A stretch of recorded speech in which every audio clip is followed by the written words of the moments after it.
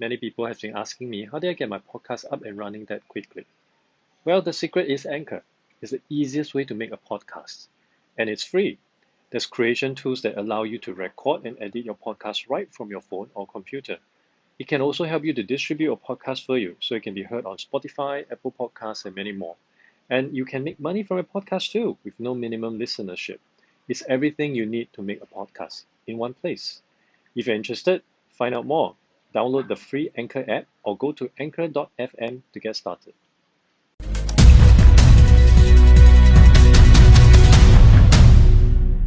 Welcome to more conversations here on Money Mind on CNA938. I'm Stanley, Leong, together with Lynn. Now, while you and I look forward to ushering in the new Lunar Year at the end of next week, and parents, I assume, would be busy stuffing money into red packets for distribution before Chinese New Year comes around, something else that's also being prepared by some of us, that's just some of us, not all of us, would be that we are preparing that resignation letter. And that is not something... Yeah, you were going to say? I will. It's You're quite not surprising. It, right? Okay. Don't put ideas in my head. Now, it is typically around Chinese New Year when we see more workers leaving their jobs. But why this time of the year? And if you're a manager receiving such a letter from your staff, should you try to coax him or her to stay by maybe sweetening the employment package? And what are some telling signs that your staff may up and leave soon? While staff turnover is part and parcel of every organization's experience, what can be done to reduce or lessen having a rotating door? Well, we'll put these questions and more to our guest, Adrian Tan, practice leader of Future of Work Tech at People Strong, focusing on the Asia-Pacific market. Adrian's been in HR since 2004, from recruitment businesses to career coaching agencies to HR consultancy and resume optimization platform. He's done it all, and he's also able to take your questions. If you want to be part of our conversation, please join us on the phone at 669-11938 or text us or WhatsApp us at 963-11938. Adrian, thanks for joining us today. Well, thank you. Thank you so much for having me. Now, how prevalent are resignations around Chinese New Year time? Are we talking about more after Chinese New Year rather than before? It would typically be more after Chinese New Year, right after Chinese New Year. And I think there's a few reasons behind it. I think first and foremost, when most company, let's say it's related to bonus will be given towards the end of the year, or it could be AWS. And it would take some time for you to spend that money, first and foremost. And second of all, even if you were to resign straight after, you still have to serve a notice period, depending it from a month to 3 months. So if you average everything out, it would typically come in right after Chinese New Year. So it's got nothing to do with Chinese New Year itself. I think it really has nothing to do with Chinese New Year. It just happens that Chinese New Year typically are in the early part of the year. But having said that, I think New Year as a whole may have a larger effect, because every time we go into a new year, we'll be looking at new resolution, new things to do. And I think this build up and drive people to look at something new, something that they want to move into instead of what they have been doing for the longest time. Yeah, and one of those resolutions could be a new job. Definitely. New title. Are there certain, though, demographic groups that may be more footloose, if you like? Demographic, well, if we were to go into age banding, then I believe the younger generation or younger demographic would definitely be more into looking at different things. I think firstly because they perhaps have the larger opportunity, they have a larger base. I mean, let me contrast it. If someone is currently a CEO and looking for another CEO job, there's only so many CEO jobs out there. Whereas if you're a millennial or someone in their 20s, you are still perhaps in quite a junior role, and there's a lot of opportunity for you out there. And that basically gives them more options to look at, and of course more motivation to look around. All right, so there's more the age bending side of things. But what about gender?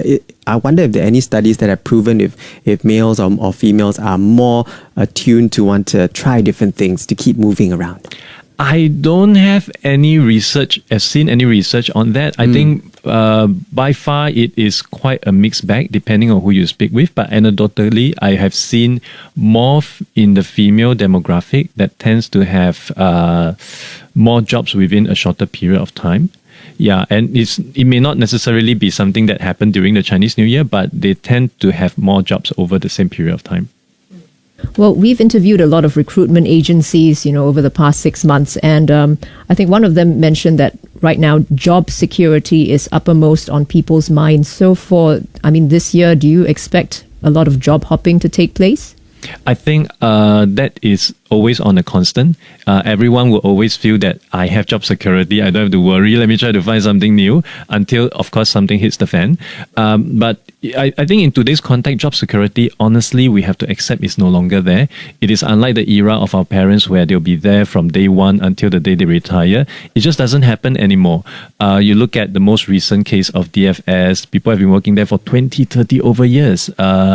And if one were to accept that, I think one would have the propensity to really upskill and relearn and look at more things and continue to reinvent yourself in order to make sure if the inevitable were to come, and it will always come, you're more ready to handle that situation.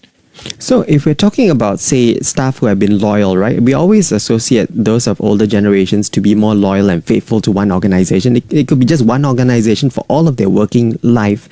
But these days, for the younger people, I don't think that even figures largely in their minds that that's possible. But with regard to being faithful to one employer for life, would you say that that's really an outmoded kind of ideal? It doesn't happen anymore. Is it because organizations are also not being as determined to want to keep staff for a long period to earn their loyalty as well? I think it could be due to quite a number of factors. Firstly, if we go back to the past and look at how traditional businesses would function, you could be there for the longest time. And because the business keep growing and growing and growing, there's monopoly, they're surviving well, they survive for the past 100 years, they're expected to survive for another 100 years. But in today's context, if you look at all this big conglomerate of monopoly, the likes of Keppel Corp, Sembcorp, ST Engineering, every one of them seems to have taken a hit in modern days. And when businesses are not well, profits are not good, there's only so much you can do to sustain people. So from the business perspective, it's really tough to do all that. So companies just have to be very nimble, very, very nimble. And that means being very lean. And being very lean may also mean that your opportunity to grow and to progress may not be as frequent as before. So I think that naturally would motivate people or force people to start planning what is better for their career, and it may not be within the same organization. We're speaking with Adrian Tan, who is practice leader, future of work tech at People Strong, focusing on the Asia Pacific market. And Adrian's been in HR since 2004, from recruitment businesses to career coaching agency to HR consultancy and resume optimization. And if you have any questions for him about resignations during the Chinese New Year period, do call us at 669-11938, or you can text us at 963-11938. Now, Adrian, what are some of the indicators that maybe a staff member is getting a bit fidgety and looking to call it quits? This would be coming from my recruitment days. And when we are trying to headhunt people, we also want to find people that are low-hanging fruit. That means people who may be keen to leave the company. And one of the telltale signs that we observe is when they update their picture on LinkedIn. Nothing else, just picture. Yeah, because they cannot update the content. It is too obvious. So they'll change the picture first. Picture also takes some time to produce. So this is one of the key telltale signs. And of course, some people may go beyond, make changes on LinkedIn here and there, changing their job title here and there. So all this may be telltale signs they're looking for something else, because LinkedIn is only used for two purposes. One, find job. Next, to sell something. If you're not in sales, it's obviously the first one. How important is it to have a photo on LinkedIn? I would say it is actually quite important. In Singapore, and this is based on old data, I think about a year ago, there's 2 million active Singapore users on LinkedIn. Right now, definitely there's a lot more, which also makes it very convenient for headhunters, recruiters to gravitate towards LinkedIn every time they have a new requisition. But LinkedIn, you can imagine, with so many search results, it's just like on Google. When you try to find something, it's not on page 1. If it's on page 10, you don't really care. You research again. So making sure that you appear on the search result of Headhunter on page 1, number 1 is very significant. And photo actually plays a part in that. Right, especially if you're good looking. Well, I mean, okay, decent looking, or at least appropriate to what position you're applying for. But with regard to you saying, that there may be changes on the LinkedIn profile of a person, maybe the picture changes or is updated. Does that mean that HR recruiters, for instance, are able to track when these changes are made on a prospective employee's Facebook, LinkedIn page? Currently, there's no mechanism on LinkedIn to automate all this, so you still have to go in and monitor on a daily basis to see what have changed. You're safe, Stanley. Yeah, I'm safe. But I did change it before I came back to MediaCorp. Okay. Ta-da. So it worked. But really, what are the indicators besides, say, a photo being changed on your LinkedIn page that may tell an organization or maybe the HR in that organization that, I think this staff is looking to be a little restless here? There could be multiple telltale signs. Let me share with you the most obvious one. This happened in my workplace before I started my recruitment business. Someone actually photocopied their resume and left it in the photocopier, forgot to take. I think that's the most obvious telltale sign. You cannot have an excuse for that. But that aside, that being an outlier, I think the telltale sign may be more obvious for your reporting manager, because HR manager, unless you're in the HR department, wouldn't get to see you on a daily basis. So your hiring manager or reporting manager may get to see and observe certain changes in your work. Obviously, things like having longer lunches, coming in late, going back a bit early, Friday, Monday, sure MC, this kind of stuff. These are very obvious telltale signs that something is wrong. Actually, is it that bad if, your hiring manager has a hint that you might want to leave? Maybe they'll give you a bigger bonus to entice you to stay? Is that likely to happen?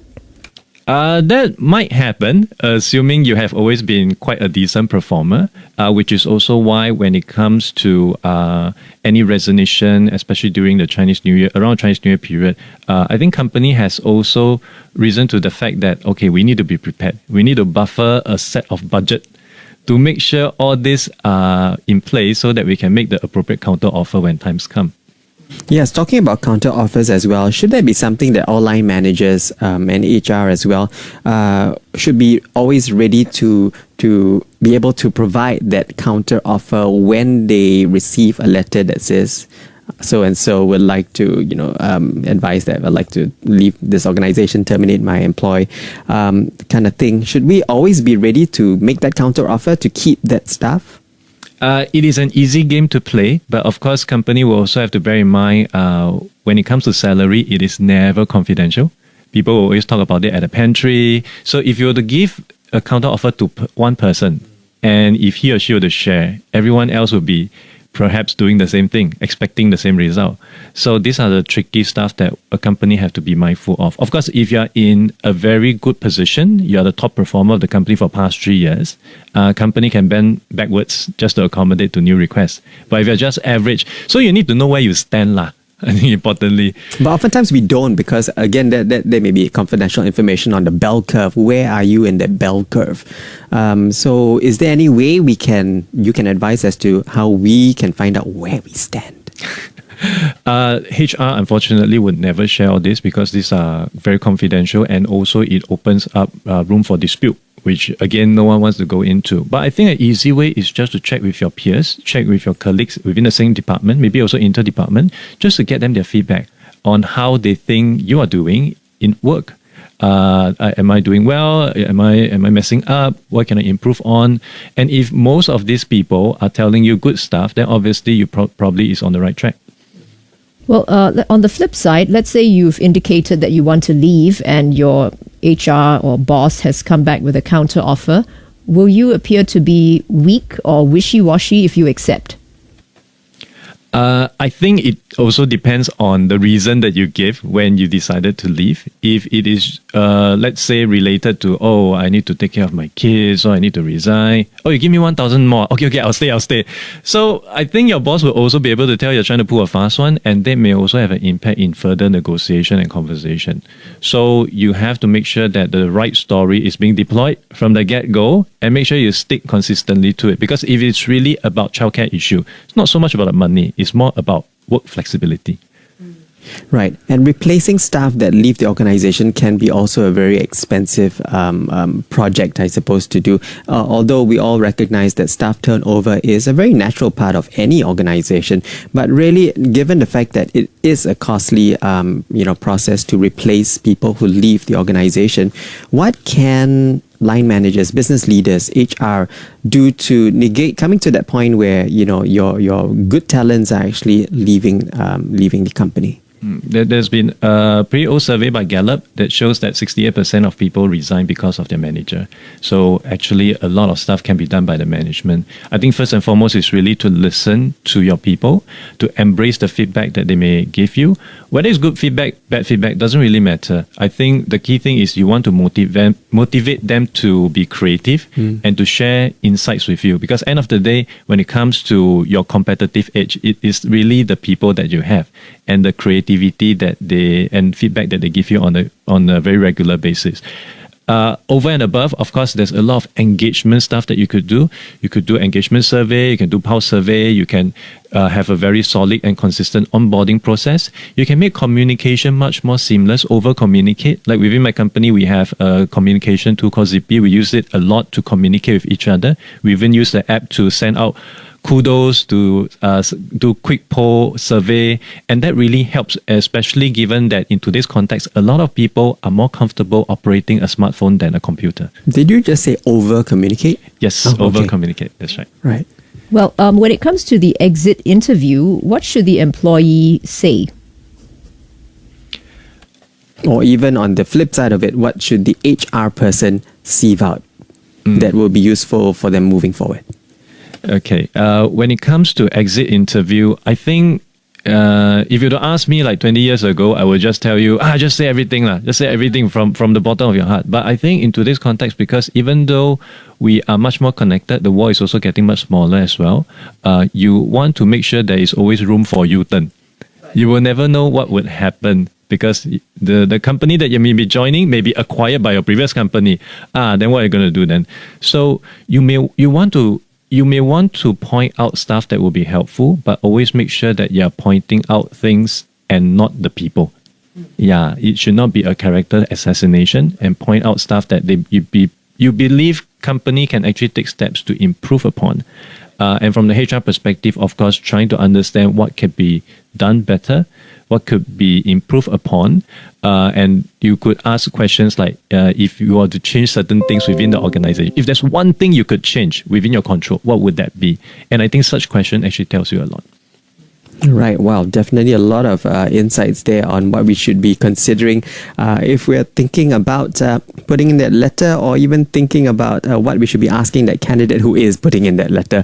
We have been hearing from Adrian Tan, practice leader of Future of Work Tech at People Strong, and they focus on the APAC market. You can visit their website at peoplestrong.com, or Adrian's website itself. He's got his own website, adriantan.com.sg, to find out more about things to do with HR. Thank you so much, Adrian, for joining us and giving us some insights as to HR hiring and resignations this part of the year.